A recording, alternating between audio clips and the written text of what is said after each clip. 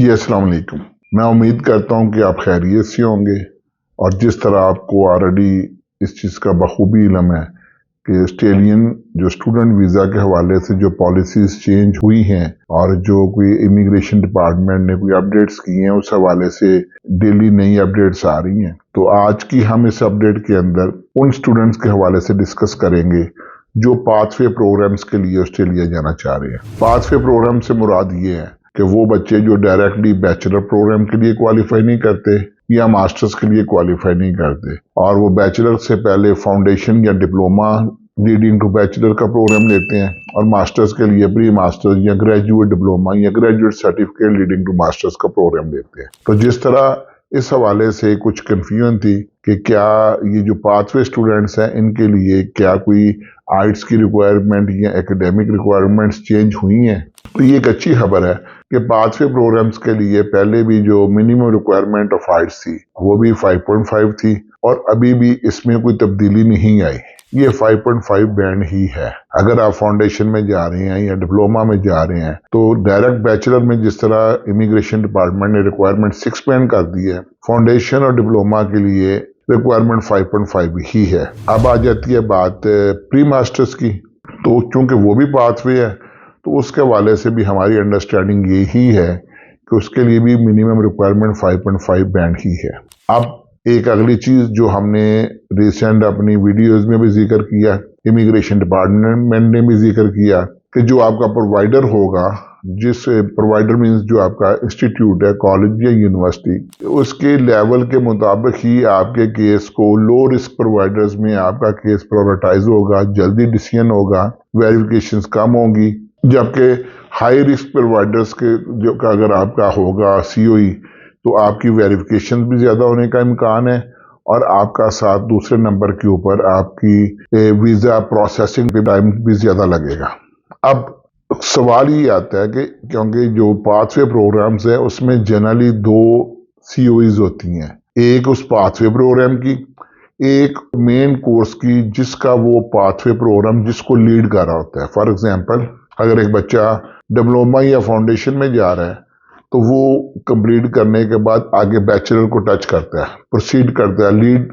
वो डिप्लोमा या foundation leads to bachelor degree होता है। इसी तरह वो जो आपका प्री मास्टर्स प्रोग्राम है वो भी पाथवे किसी आगे मास्टर्स डिग्री का होता है, तो वो लीड्स करता है टूवर्ड्स मास्टर डिग्री प्रोग्राम। और जनरली जो पाथवे प्रोवाइडर होता है वो अलहदा इंस्टीट्यूशन होता है और जो डिग्री इंस्टीट्यूट होता है वो अलहदा होता है। फॉर एग्जाम्पल अगर हम बात करते हैं कि डीकन यूनिवर्सिटी की, तो डीकन इंटरनेशनल कॉलेज जो पाथवे करवाता है और डीकन यूनिवर्सिटी का सीओई होता है डिग्री प्रोग्राम का, दोनों का सीओई इकट्ठा आता है। तो अब सवाल ये है कि जब एक पाथवे का बच्चा है उसके पास 2 सीओईज है, एक पाथवे प्रोवाइडर की वो कॉलेज है और दूसरी डायरेक्ट बैचलर या मास्टर डिग्री प्रोग्राम की जो कि यूनिवर्सिटी होती है, तो अब उसका प्रोवाइडर कौन सा अकाउंट होगा? तो इस हवाले से इमिग्रेशन डिपार्टमेंट ने पहले भी यही पॉलिसी है,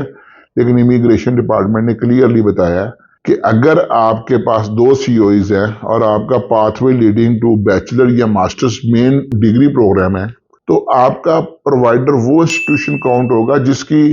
फाइनल सीओई होगी। फाइनल सीओई से मुराद क्या है? फाइनल सीओई से मुराद ये है कि आपका अगर diploma leading to bachelor degree है और डिप्लोमे के जो है आपका सीओई जिस इंस्टीट्यूट ने इशू किया वो आपका प्रोवाइडर काउंट नहीं होगा for assessment of your application, बल्कि जो डिग्री प्रोग्राम का जो सीओई है, जिस इंस्टीट्यूट ने आपका डिग्री प्रोग्राम का सीओई इशू किया है वही आपका प्रोवाइडर काउंट होगा और उसी की रैंकिंग को देख के ही आपकी वेरिफिकेशन और timing processing of the case की टाइमिंग का डिसीजन होगा। सो इसलिए अगर आप पाथवे प्रोग्राम के लिए जा रहे हैं जिसमें कुछ पाथवे प्रोवाइडर्स हैं, जिस तरह सबसे बड़ा जनरली नेविटास है, तो इसका मतलब यह है कि जो मेन जो आपकी डिग्री प्रोग्राम है जिस प्रोवाइडर का वो डिग्री का सीओई है वही आपका प्रोवाइडर काउंट होगा। इसलिए अगर आपका वो कॉलेज या वो पाथवे प्रोवाइडर उसकी रैंकिंग उसकी लेवल 1, 2, 3 इतना मैटर नहीं करेगा, मैटर करेगा कि जिस यूनिवर्सिटी की फाइनल डिग्री आपको सीओई डिग्री प्रोग्राम का मिला हुआ है। तो this is in a sense a good sign कि मोस्टली पाथवे प्रोवाइडर्स जो है वो किसी ना किसी यूनिवर्सिटी के साथ काम कर रहे होते हैं जिसकी सीओई आती है साथ तो mostly universities are always a good providers, क्योंकि ऑब्वियसली उनका एक स्टैच्यूर होता है, वो एक हायर एजुकेशन इंस्टीट्यूशंस काउंट होते हैं। लेकिन लास्ट में यही हम कहेंगे कि अगर आप किसी पाथवे प्रोग्राम को लेके चलने लगे हैं और जिस तरह अगर आप डायरेक्ट डिग्री के लिए क्वालिफाई नहीं करते, तो अगर आपने अपने प्रोवाइडर के बारे में सोचना है कि मेरा प्रोवाइडर कौन सा है, मुझे कौन सा लेवल लगेगा, तो वो आपने अपनी वो फाइनल जो COE होगी of that degree, whether bachelor और मास्टर, वो ही आपका प्रोवाइडर काउंट होगा और उसी की रैंकिंग मैटर करेगी। तो with this all details we hope कि आपके सामने ये चीज़ें क्लियर हो गई हैं, तो आप अपना डिसीजन करते हुए अपने कंसल्टेंट से या खुद भी